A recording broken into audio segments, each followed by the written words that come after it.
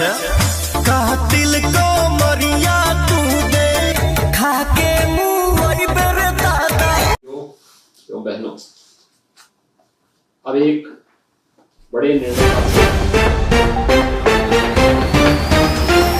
जी हाँ, नमस्कार दोस्तों, स्वागत है आप सभी को हमारे एक और नए वीडियो में। दोस्तों आप सभी को बता दूं, भोजपुरी के किंग कहे जाने वाले पावर स्टार पवन सिंह जी का एक गाना रिलीज किया गया है, जिस गाने का नाम है कातिल। और इस गाने को लेकर यूपी के सीएम योगी आदित्यनाथ जी ने बहुत बड़ा कदम उठा लिया, बहुत बड़ा फैसला सुना दिया, जिसे सुनने के बाद आप लोग के रोंगटे खड़े हो जाएंगे। तो दोस्तों आप लोग इस वीडियो में अंत तक बने रहे। उससे पहले दोस्तों, अगर आप लोग भी पवन सिंह के दिल से प्यार करते हैं, पवन सिंह के सपोर्टर है, तो इस वीडियो को एक लाइक दिल से जरूर कीजिएगा।